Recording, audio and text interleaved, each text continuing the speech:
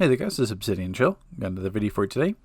And this one's going to be a little bit different. It's not going to be a rant video. I'm not going to be complaining the entire time. Like I did that in my last video covering speed hacking in terms of the Wonderverse.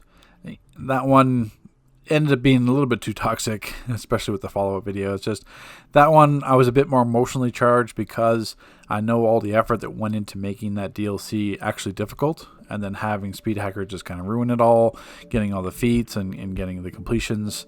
That one triggered me more because of the effort that I put into trying to get that to right on test, and I know the effort that like Sharon put into it getting it good on test.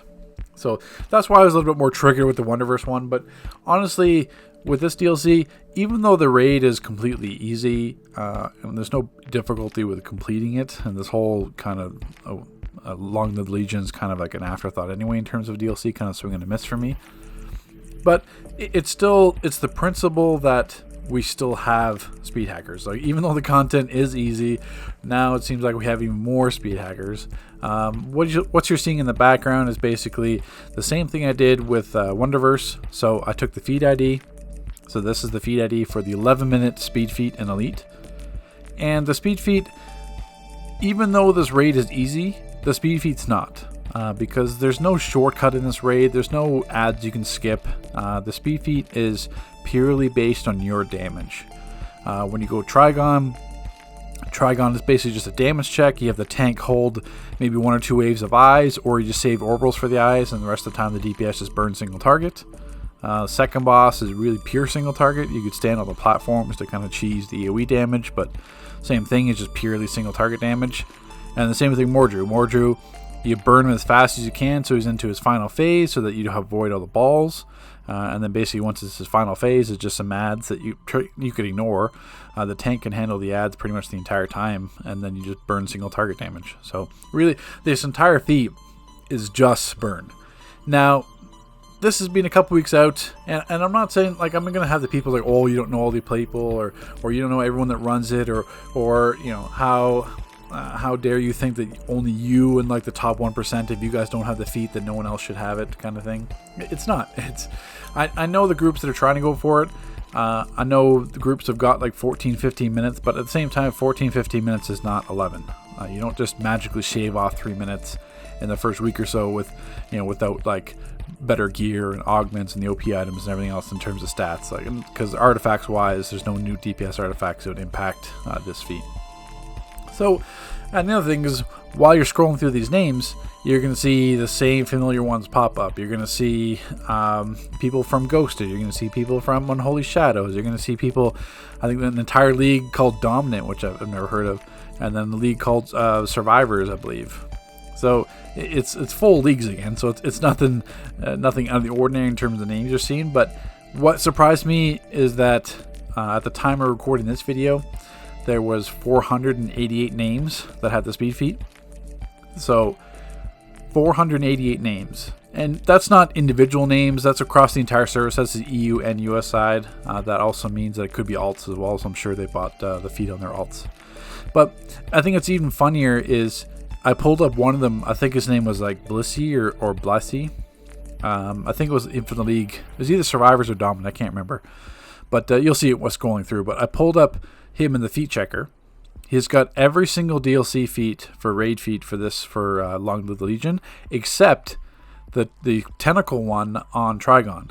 So I thought that was kind of really ironic, because the only raid feat he's missing is the one raid feat that requires survivability.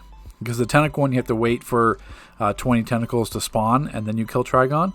So they're so used to just speed hacking, they can't physically do that feat because it requires them to survive until the tentacles spawn, and then they kill Trigon. So I thought that was a little slice of irony that that's the one feat that he can't get, is the feat that just requires basic survivability.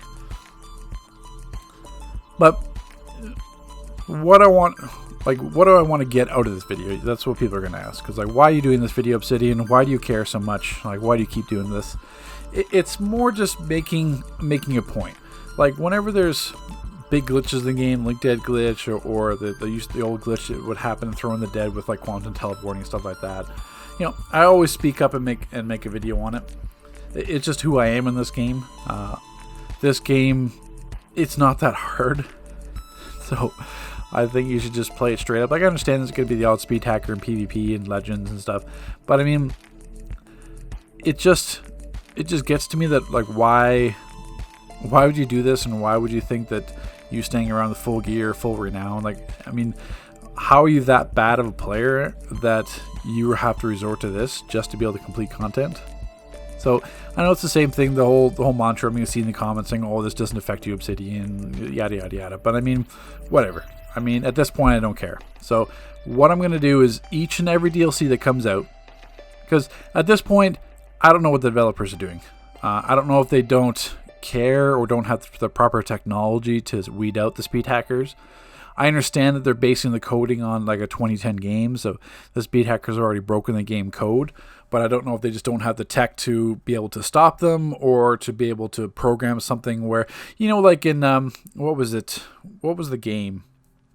Was it Among Us or something? No. I know there's one game where if you speed hacked in it, it puts you in like an entirely different map because it recognizes that you're speed hacking, and then it just puts you in like a speed hacker map just because it, like, just to troll you. So I don't know if they just don't have that technology, but I mean, when the link dead glitch came out, MEPS banned instantly like 500 people, wrote a scorching post on the forums saying these thieves stole from DC. It was a huge rant, like hugely heated, and then eventually those players got unbanned. But the same thing with speed hackers, it's just like, nah, I mean, they're spending money, who cares? So each and every DLC, I'm going to pick the hardest feat. The developers are coming out with more speed feats and more no death feats, so it's really easy to pick the hardest feat. And then what I'm going to do is, after the week or two, I'm going to do a video like this.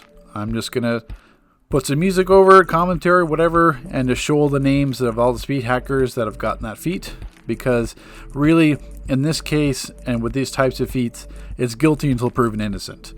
There's not a single name on this list that anyone, like, in endgame will recognize saying, like, yeah, they could get that feat. Like, there's not any of those names. And it's not about being elitist or anything like that. It's like literally, like, when you see Bless, like, you'll see the name Bless from, well, he's not well known anymore, but anytime you see his name, you know it's not getting legit. You know everything is to do to speed hacking. So it is what it is. We'll see you next DLC when I make the next video. Take care, guys. Thanks for watching.